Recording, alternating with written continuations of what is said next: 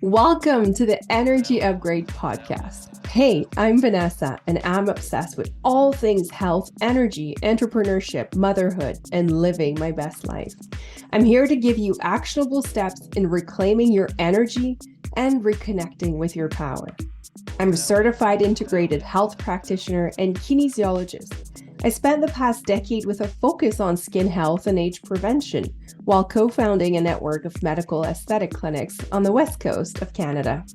After healing myself from burnout, mold, heavy metal, and all the things, I'm back to my passion for health optimization, and I'm lucky enough to coach high-achieving women just like you in finding their energy and life force back.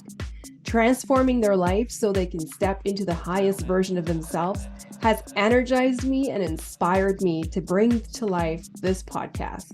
Here, I'll talk about detox, lifestyle, mindset, supplements, breathwork, parasites, and everything in between.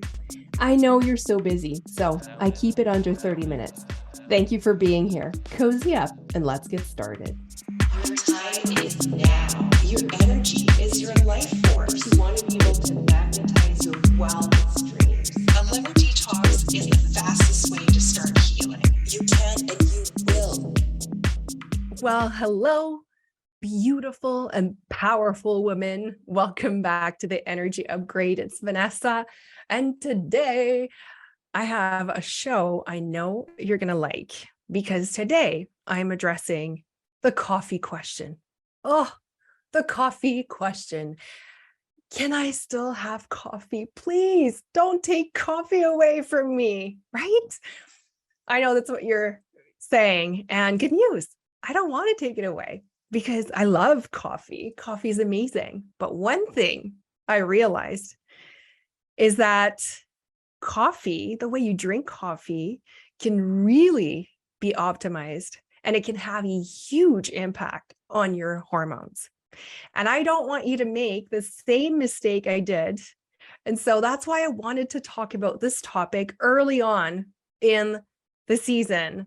I wanted to make sure that we addressed a very, very important topic because coffee, if you're a high achieving woman, is probably your lifeline. And it can continue to be. But there's three things I want to bring to your attention. There's three tips I want to offer you. Small tweaks that I really think can make a huge difference. And so let's talk about your current morning routine. Let's try to paint a picture. And I'm gonna attempt to talk about how your morning looks like. And hopefully it might resonate or it might not, but let's see. So let's say you wake up in the morning and you go straight to your coffee machine. You're not even thinking about it. It's like, it's completely automated. You go to your coffee machine, you start sipping on your black coffee or whatever you put in it. You check your phone, try to get the kids ready. There's like just this underlying chaos from the morning, right? We're trying to rush the kids out the door, prepare lunches. You're trying to get ready in time for your first meeting. It's not a relaxing environment, right? I don't know about you, but that's how it is in my household. Like mornings, just no matter how we slice it, no matter how we approach it, they're chaotic, they're stressful. And so what is coffee going to do in a situation like this? So let's kind of debunk that. And so what coffee does in this situation is it's basically just adding more stress. So we already have a stressful state in the morning. And when we add coffee to it, coffee is a stressor by definition. It's actually why we have it, right? Because we think it's going to give us more energy. But in a case like this, your body is already in a fight or flight mode. So your sympathetic nervous system is highly activated. It's on overdrive. And so when we give it coffee, we just amplify that. And let's talk about the impact of coffee on cortisol. So if you're having coffee first thing in the morning on an empty stomach, In the morning, your natural cortisol production will start rising about an hour before you wake up. That's also when your melatonin production slows down. Your melatonin is your sleep hormone, and your cortisol is basically your up and go hormone. So it naturally will go up and sort of peak around like 9 a.m. just to make sure you're bright, like you're wide awake. What coffee does is it's going to increase that natural curve.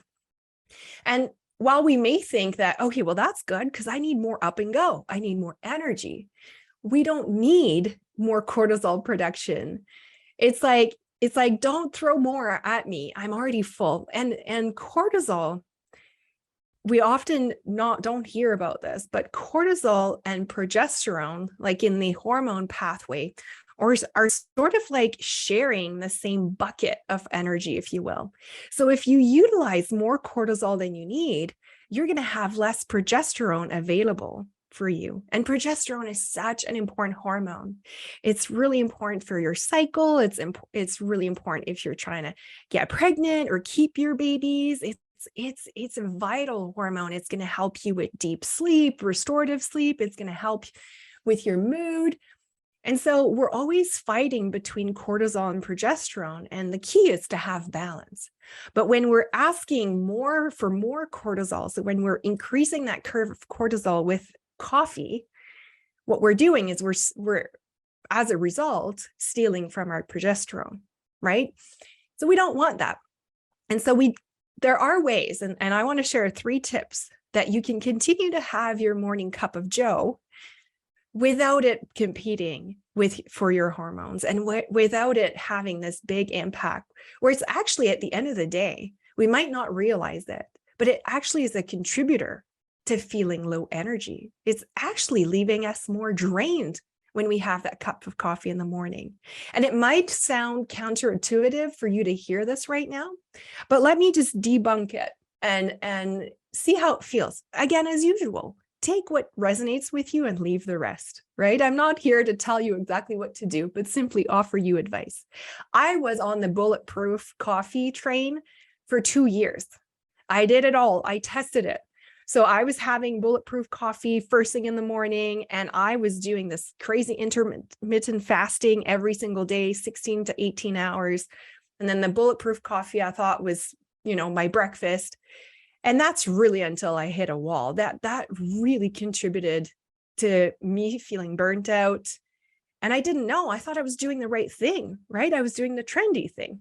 But once I got certified as a health coach, it became very clearly apparent that was one of the reasons why my rain barrel filled up so quickly. And so I don't want you to have to do the same mistake that I did. Coffee is not a nourishing or nurturing food. It is a stressor. However, it does have high levels of antioxidants. It is something that can be beneficial for your body, but it just needs to be done the right way. So let's just dive there. 3 tips that if you are able to apply in your morning routine, you're actually going to see that your coffee cup is going to give you more energy, and it's actually not going to leave you drained and asking for more. And that's also like just a side note, moderation with coffee matters, right? 1 cup of coffee is really what you should aim to have in the day. The rest of your liquid consumption should really come from filtered water, 2 to 3 liters a day. And if you do that, you'll see that you'll have sustained energy throughout the day. Okay, first tip, timing matters. Timing of when you have your coffee in the morning matters. And so you guessed it, having coffee on an empty stomach, first thing when you wake up, when you're already stressed, is not a good idea. So what we want to do is when we wake up in the morning, we're at our most dehydrated state because we haven't had water throughout the night. And our body has been working super hard at detoxing in the middle of the night. So when we wake up, we have to flush toxins out. And so what we have to do is rehydrate. Number 1 priority. So we don't want to amplify our dehydration by adding coffee right away. We actually want to have water, a tall glass of water, please, when you wake up. And bonus points if you add a pinch of sea salt to support your adrenals and your cortisol, and a squeeze of lemon to kickstart your digestion. So start your morning with that. Then we want to tell our body that we're not in famine, especially if you're a woman, a high achieving woman with this kind of busy morning. It's really important to calm the sympathetic nervous system and to reassure our body that everything is okay. We're not under attack. There's no lion chasing us. It's all good. We are going to nourish our body and everything is going to be okay. And so I recommend normally having a smoothie, and I'll do a separate show on the smoothie because I want to make sure you understand the reason behind that. But anyway, you want to have some sort of nourishment, and coffee is not nourishment. What the nourishment will do is it's going to calm the body. The body is going to understand that, okay, I have all the micronutrients, all the vitamins and minerals I need to sustain my energy and survive. And so I can relax. And when the body does that also, interestingly enough, it's actually going to perform better and you have less chances of gaining weight because it's not going to start retaining fat thinking that it's in famine mode.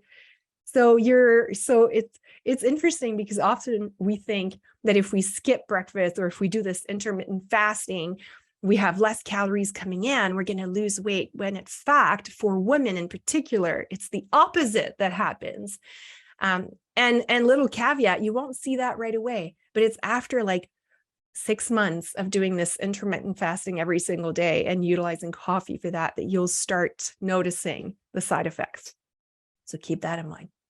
After you've nourished your body, then you can have your cup of coffee. And normally by that time, it's about 9, 10 a.m. That is your sweet spot for that cup of coffee. I always say between 10 and noon, that is the sweet window.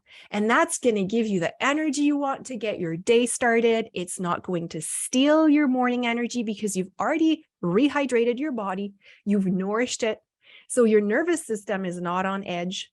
And so that cup of coffee is not going to have that same impact on your cortisol. It's just not going to have that. It's not going to be like the oil that you put on the fire. So timing matters. I hope that it makes sense for you. So again, try to have it before noon and after you've nourished your body. Keep in mind that it takes on average for most women 8 to 12 hours to process the caffeine in a single cup of coffee. So that's why you have to stop. You cannot have coffee past noon because it might still be in your system by 10 p.m. at night. And it might be the reason why you're not able to fall asleep or why you're having disrupted sleep. So timing matters. Okay, second tip, quality matters. We know that coffee is one of the things that has the highest level of both pesticides because it's heavily sprayed and mold in the way it's processed, the way it's stored.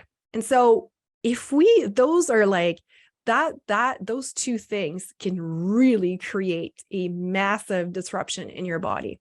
So if we're having this super high concentrated coffee that has concentrated mold and pesticides, well, you bet you it's not going to make you feel good.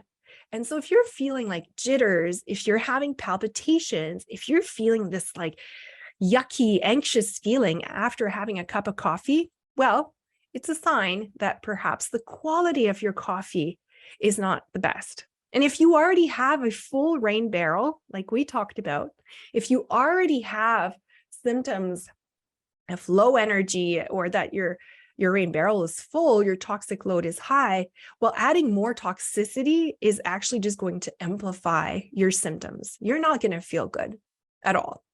And so if that's your case, there are 2 brands that I know do a really good job at testing for toxins, mycotoxins, mold, as well as pesticides. And it's Kion, Kion, and Bulletproof. And so if you've followed me for a while, you know that I only use Bulletproof coffee. to me, I do not have jitters. I feel really good when I have that cup of coffee between 10 and noon. And so for me, it works really well.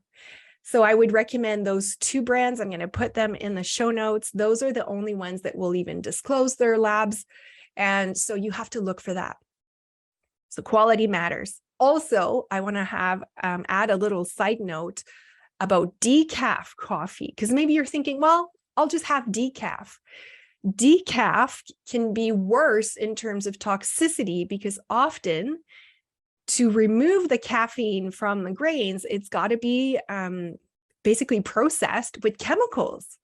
And so you have this concentrated cup of harsh chemicals that were used to remove the caffeine. You have the mold, you have the pesticides. Decaf coffee can actually leave you feeling worse. Again, these two brands, Bulletproof and Keon, have a specific process to remove caffeine from the grains, and they do it without chemicals. So it's really important that you look, when you buy decaf, that you read about the process that was used to remove the caffeine. Okay, so little caveat about decaf. The last thing is stop treating coffee as an automated action. A lot of us just go to the coffee machine without even thinking. It's just like some of us, the coffee machine is even pre-programmed to start itself every morning. While this might look like you're saving time, what it's doing is you're not even taking the time to enjoy it. And that's why you're often going to be okay with having 2, 3, 4, 5 cups, because you're not even thinking about it. So I want you to become aware of your coffee consumption. I want you to ask yourself, do I have time to actually enjoy this cup of coffee?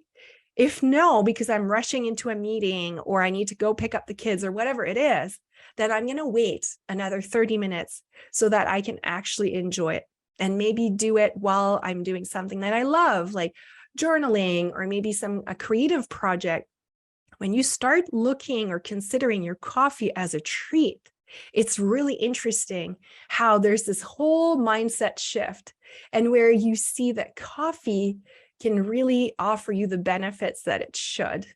We can really become more conscious and aware of the impact it has on us, and we can utilize it really when you need it. For me, I won't have coffee every day. I'm able to stop, like when I detox, every season, I have absolutely no problem removing caffeine. Like, I'm not addicted to it. I really use it as a treat.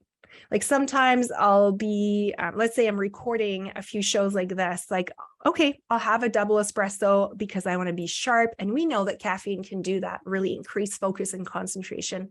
I time it right, I enjoy it, and I do it with a lot of intention, and that changes everything. And so it's really just to reevaluate your relationship with coffee. We don't want it to be your lifeline. We don't want you to have to depend on something that is external to you to have a good day, right? Sometimes we'll be like, oh, I couldn't get my coffee. My day is like off to such a bad start. No, we don't want that. You're stronger than that. You do have that energy, that power within you. It doesn't matter whether you have coffee or not. Coffee is there, in my opinion, to just amplify your aptitudes and maybe your feeling of well-being, your feeling of focus and concentration, but it should not be your lifeline. So those are my 3 tips. Timing matters, quality matters, and reevaluating your relationship and the mindset around your coffee. If you do these 3 things, and I hear this from my clients all the time, having 1 cup of coffee during the day, even if you had 6 before, is actually going to feel really, really good. And often my clients will be like, wow, like I don't feel like I need more. I'm super happy and content after that cup. And I feel like I have sustained energy throughout the day. My sleep is better. And so that's why I wanted to talk about this today, because this simple shift of not having it first thing in the morning has a huge ripple effect on how the rest of your day will unfold, including how your night will go. So I hope this was helpful. As always, if you felt like you've learned something. Feel free to share it with any friends or on your favorite social media platform. Because I think that especially women, especially high achieving women, busy women, leaders, people that are dream crashers, there's this trend that coffee needs to be part of us, and coffee is what fuels us. And I think that if we want to heal, protect our hormones, if we want to feel better as we age, I think we really do need to address the coffee. It's sort of the elephant in the room. So don't fall for the trends. Find a morning routine that works for you. Make sure you time it right and notice the difference. And in fact, if you're wanting to share, go in the comments. Let me know. Did you try it? Did it make a difference for you? You'll feel the difference without a couple of days. So I'd love to know. I'd love to know how it was for you. Again, feel free to share this episode. If you liked it, leave a review on Apple Podcasts. I'm always so grateful to read your comments. And it means the world to me that you're here coming back week after week. I hope you learned something and that you're going to be able to apply this so you can reclaim your energy and feel your best. See you soon. Hey, you. Are we pen pals yet? If not, visit my website at vanessagrutman.com and be sure to sign up to my newsletter to be the first to know about my latest tips, favorite products for the family, blog, and podcast release. There's a reason why you landed here. Join my community and let's stay connected.